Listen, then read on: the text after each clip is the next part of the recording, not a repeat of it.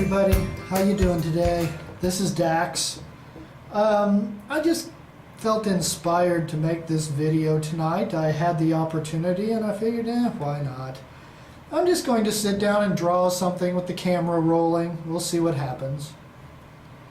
Might be an awesome picture, might end up producing a total piece of crap. I have no idea. I will tell you that I am out of practice, so the likelihood is tending more towards the piece of crap end of the spectrum, but you never know, might end up producing something very cool. So let's just see what happens. Okay, let's see here.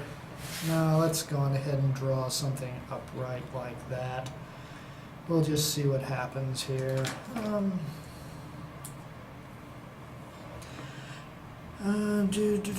Let's just start off with a basic gesture sketch here.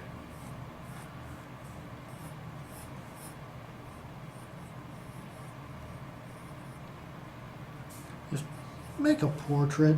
Why not? Something easy. I am so far out of practice that I don't know that I really want to try anything that challenges me. I'll be lucky if I'm satisfied with the results of something basic and generic. So, basic gesture sketch here. The eyes, and there's the nose line. And the neck here.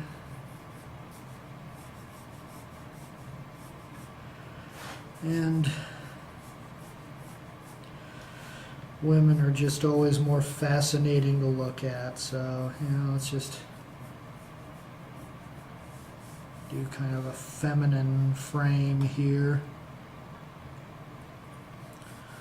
Let's see here.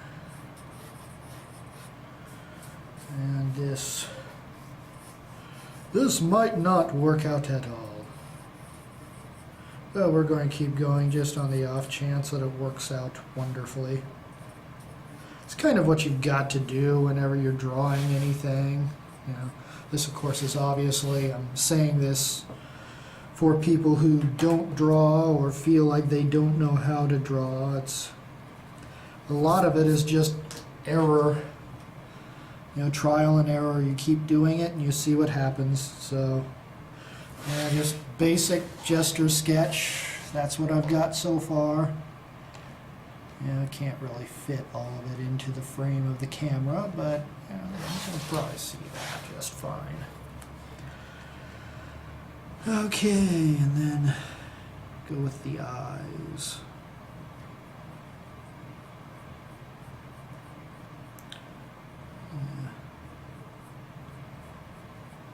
Once again, I just think that the feminine is so much more interesting than the masculine, so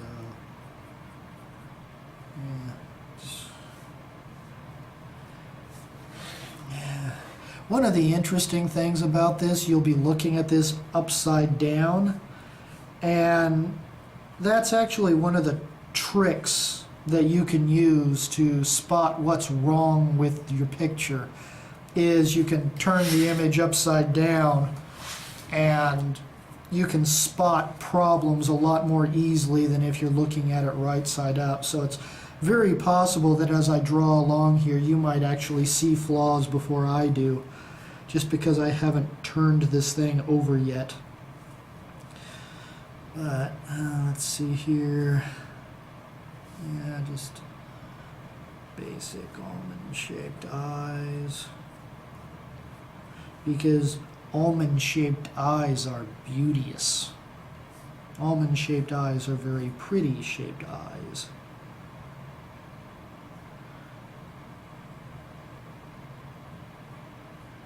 And let's draw in an iris here, and an iris here. And let's just see how that looks. Draw in a little bit of the orb The eyes orb beneath the skin here.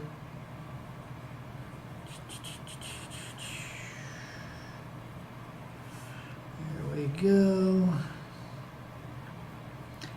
Start with the nose.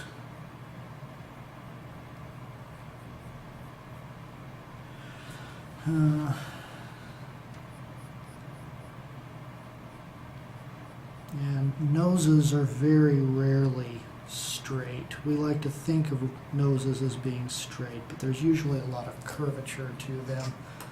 I am not liking the way this nose is looking though, so let's step back a ways. I'm happy with the eyes. I'm not happy with the nose. Let's try a different method for drawing the nose here. Okay, and then we'll put like the, well, you can't really see it very well, but yeah, I'd have to move the camera back up so that you could look at it, but I'm drawing like the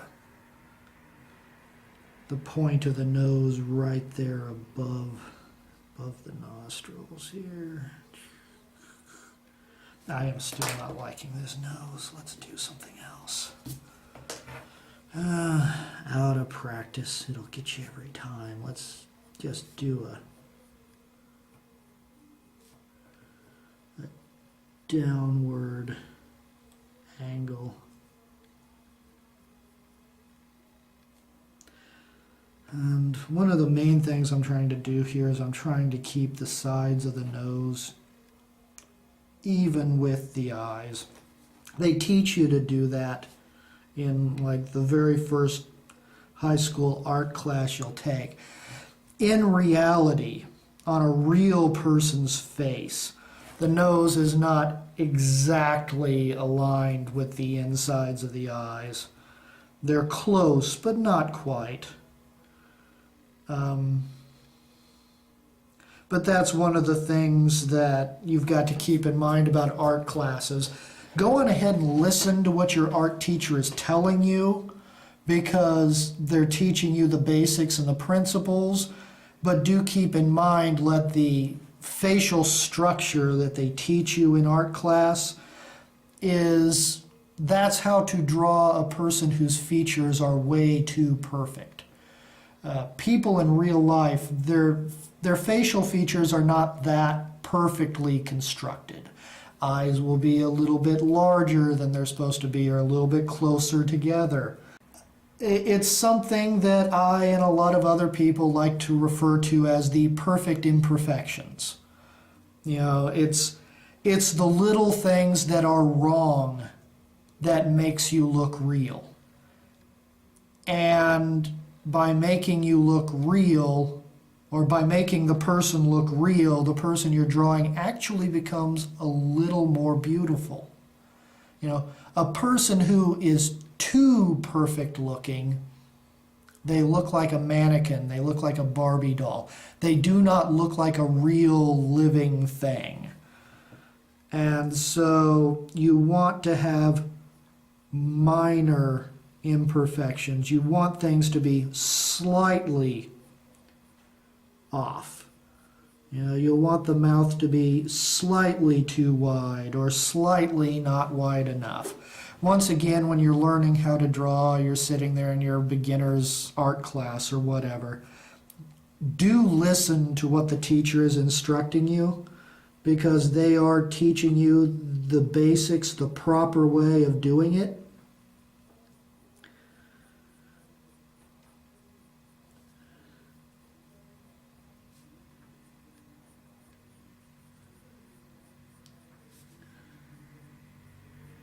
But then after you've learned the basics, after you've learned the proper way of doing it, you want to play around with it a little bit and shift some things around.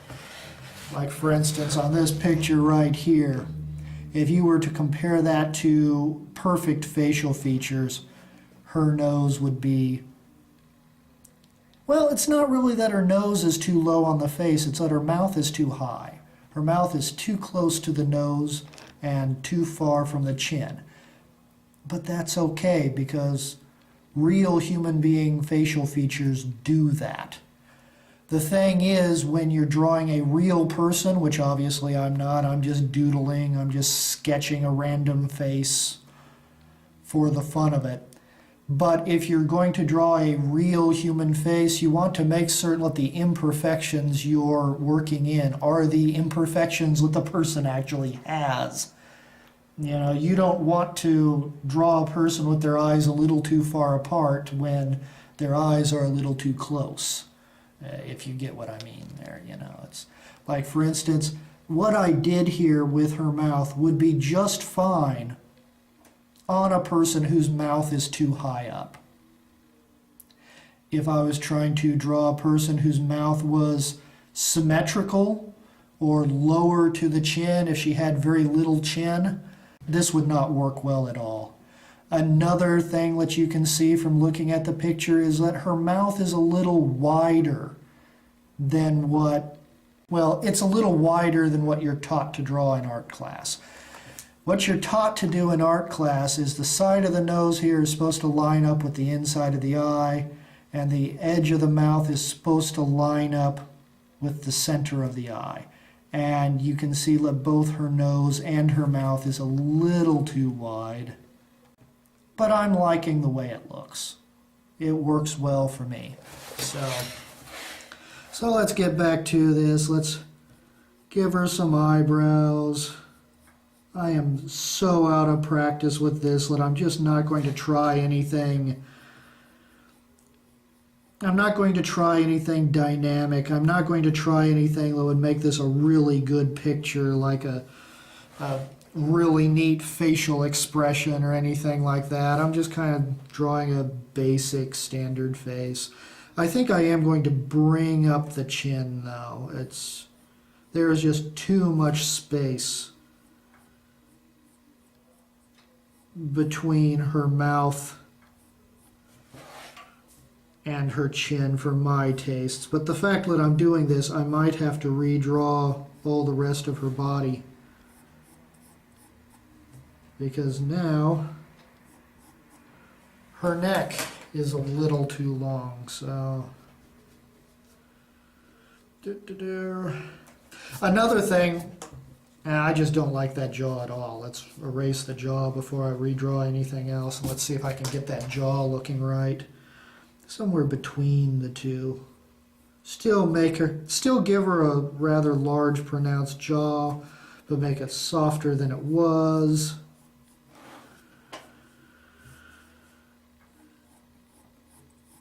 Let's see here. But yeah, her neck does need to be redrawn. Her neck is too narrow, which the funny thing is, I used to know a woman who had a neck like that, a very long, narrow neck. I remember, you know, every once in a while, you know, some book someplace or something will describe a woman as having a long, willowy, swan-like neck, and I didn't realize that there could actually be people with necks like that. And one day I saw a woman. Well, I didn't see her, I met her. I knew her for a year or two. But she had a neck like that. And one of the most beautiful women I've ever seen, by the way. It's gorgeous lady. But yeah, she had a swan neck like that, and it almost looked wrong. You know, it's once again, it's like what I was saying before. If you make features too perfect, they stop looking like a real person, and her neck seemed to be too perfect, but this was a real person. But you know, I'm liking the way that's looking so far. That's, you know, her chin and her jaw's looking okay. Her neck, Her neck is kind of crooked to the side, isn't it? It kind of needs to go this direction a little bit more. Let's see how that looks. And of course, remove this line from the chin. It's there for the initial drawing to get it right, but once things are in place, it's not needed anymore. One time I actually had some guy tell me, you know, you claim to be an artist and you use an eraser. Well, an eraser is a drawing tool just like a pencil. I consider using an eraser in your drawing procedure to be a good thing. You add in with the pencil and you cut away with the eraser, and between the two of them you build the drawing. And of course here I am talking as if I'm much better than I am. I am so, well, once again, I'm out of practice.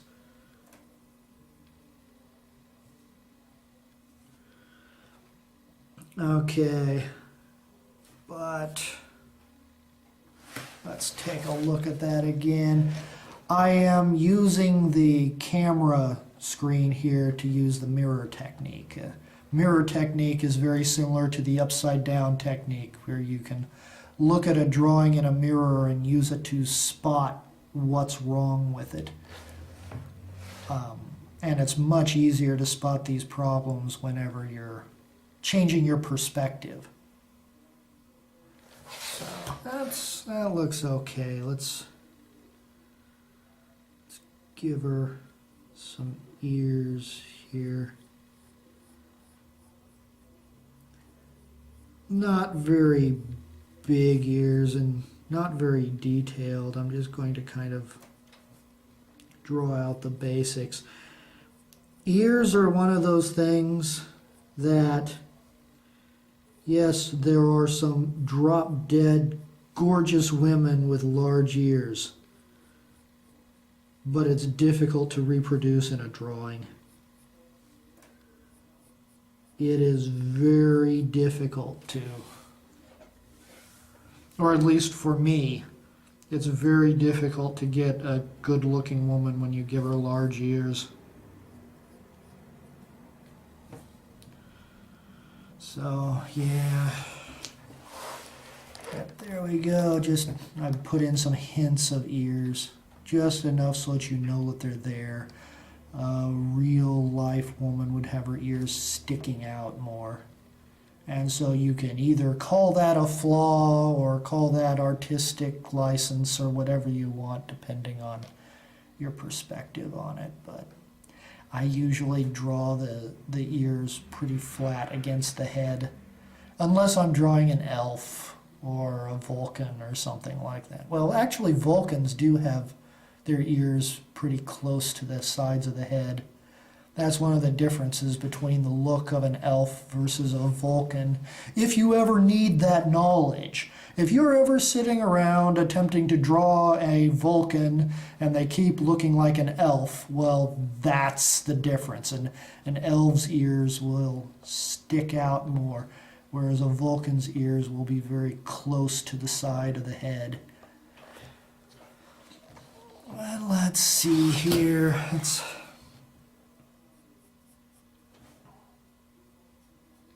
draw that, and just a hint of a neckline. When you're drawing a woman, you want to be very careful about that pesky Adam's apple, because if you give her an Adam's apple, she's going to look more like a man in drag than she will a woman. But you still have that thing in the front of their throat, so you've got to put those very slight lines in there to hint at that. And also, one difference between a man and a woman are the collarbones right here, you know, going from here to the shoulder. Now here, pull that back around. I'm about to draw the lines right along here. Now, one of the differences between a man and a woman is that a woman's collarbones will be very slight. They will be very dainty, whereas a man will have, or most men at least, a man with any amount of musculature to him will have these big, thick bones because you need bigger bones to handle more muscle. So, you know, we've got to be very slight and just kind of hint at the collarbones here. And just put a little bump there where the collarbone meets the shoulder. And you see that's kind of what I'm talking about here. These lines right here, because it's a woman, they're very slight. These bumps over here, because it's a woman, it's very slight. If it was a man, I would really pronounce these bumps, and I would give you a nice, fairly thick knot of bone here, where the tops of the collarbone kind of attaches into the top of the shoulder muscle. But, yeah, with a woman, you want to keep everything pretty soft so that she continues to look like a woman. And yeah, let's go on ahead and draw the shoulder muscles there.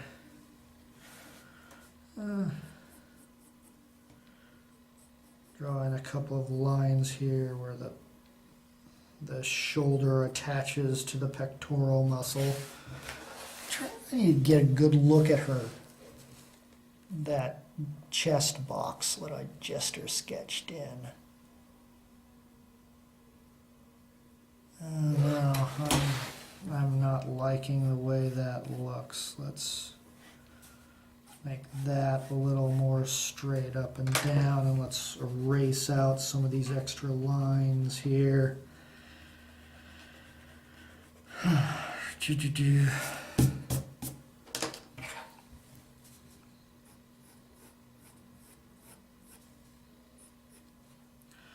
And I don't want this woman to be very large-chested, but I haven't decided what I'm going to do with her clothing-wise, so we'll just put in some side boob there so that I am keeping it straight what's where. And let's see, how does that look? Yeah, and then I'll decide what to do with her clothing later on. She's lopsided pretty bad. This side is way bigger than this one. Let's see here. Actually, it's not bigger, it's higher. This side, I think, is too high. So let's lower this a little bit.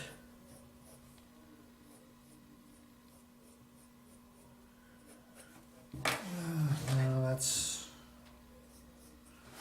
see here. Yeah. We'll call that close enough for now. We'll move on to something else here. Let's do something with her hair. Now, one thing about hair is I'm not good at it. I never have been. I've always just kind of roughed in the hair and put in some basic lines and kind of allowed people's imagination to fill in the rest of what's there. I've never been very good at hair. I've never known very much about hairstyles. I really need to study some various hairstyles. Just pick up some book from a hair salon full of hairstyles and just really study them and see what's out there and really see how the lines move and everything. Because hair has been one of my weaknesses. Now, let's see here. Let's just kind of rough in a basic hairline. And I've heard conflicting views about the hairline. Thing about hair is some people have a widow's peak and others don't. And I have heard people say that the shape of the hairline is determined by the amount of testosterone/estrogen that a person's got in the system. A lot of what we think of in terms of beauty is based on how much testosterone and estrogen appear to be in the system. These are not hard, fast rules. These are just basic rules. But like you'll notice that women are oftentimes considered to have prettier mouths if they have fuller lips. And this is caused by having extra estrogen in the system. That's the argument made. You find plenty of very masculine men with full lips too, so that may or may not be the case. Nevertheless, women are still considered to be more feminine if they have these full lips. If you want to make her a little more masculine looking, you thin out the lips. Once again, this is not a hard, fast rule, because if you look at women who are really petite, really petite women have a tendency to have very thin lips. So kind of take what I'm saying here for what you want of it. Generally, a woman's mouth is considered to be more beautiful if the lips are more full. Almond-shaped eyes are generally considered to be more beautiful. The thing about the hairline, though, is that I have been told that a lot of estrogen in the system, very little testosterone in the system will create a smooth, rounded hairline on the forehead. However, people with a widow's peak, it's been said that they're considered to be more beautiful because in order to have a widow's peak, you need to have a more finely developed separation between the two halves of the brain. And so we look at that widow's peak and say that person's more intelligent, purely on a subconscious level, of course. Take all of this or none of it. Most of this is just conjecture. The only reason I'm bringing it up is because a lot of times when it comes to drawing, you just need to be aware of why you're doing certain things. Why are you giving this person fuller lips or thinner lips? Why are you giving them this shape of eye? Also, symmetrical features are considered to be more beautiful than asymmetrical features. Usually if you see a person where they've got one eye that is obviously higher than the other, everyone will have asymmetry of some kind in there simply because we're not perfectly constructed bodies. But, if you've got a person who's got one eye obviously higher than the other, they are usually considered to be less attractive. Things like that. But anyway, I've gone on about that enough. I think I am going to give her a widow's peak just because I very rarely draw women that have one. So, and pull back that line just a little bit, give the sides of her hairline a little more symmetry. And what kind of hair do I want her to have? I'm wanting to draw curls. So let's just start right here at this widow's peak and just, once again, I am horrible at drawing hair. I just kind of suggest lines and hope that people's brains won't notice that I avoided drawing her hair. But yeah, just kind of add in these these tangles. And do I want to have anything? I'm going to have all of her hair just go back behind her shoulders on this one. I'm gonna make a part right here. And I personally I think that women's hairstyles look better when they've got a fair amount of body to the sides here. So I am going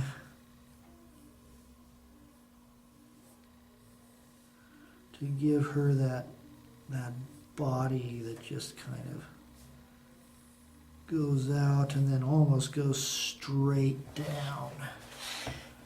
Once again, horrible with hair. I just kind of drew in some basic lines. I'm going to cover up the top of her ear. This ear is already covered up mostly. Remove those lines. Remove those lines.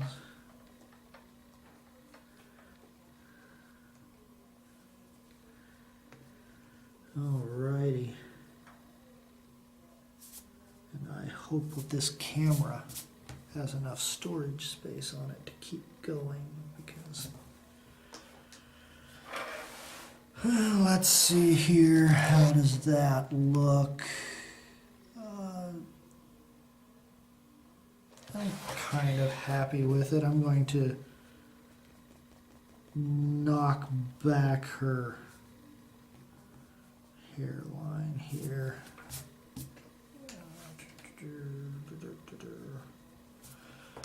Just knock it back and maybe put a tangle in underneath there.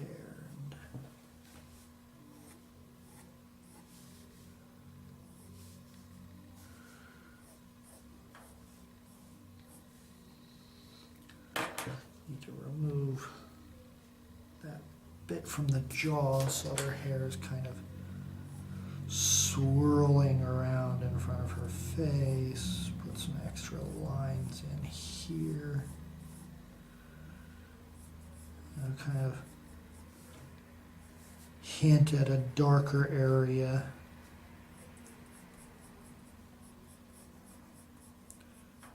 Her widow's peak has all but vanished at this point.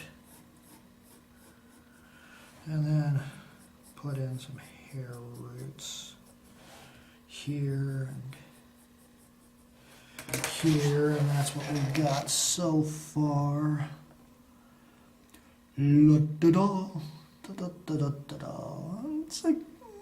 a good start. I'm happy with it.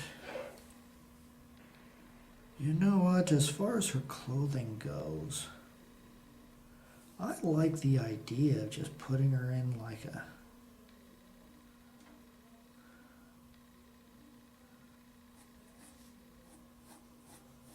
red sweater. We'll see how that works. I might change it later. But yeah, we'll just put her in a red sweater. And let's see here.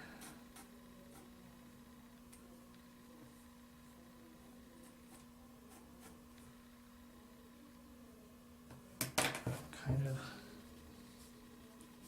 remove her collarbones entirely here.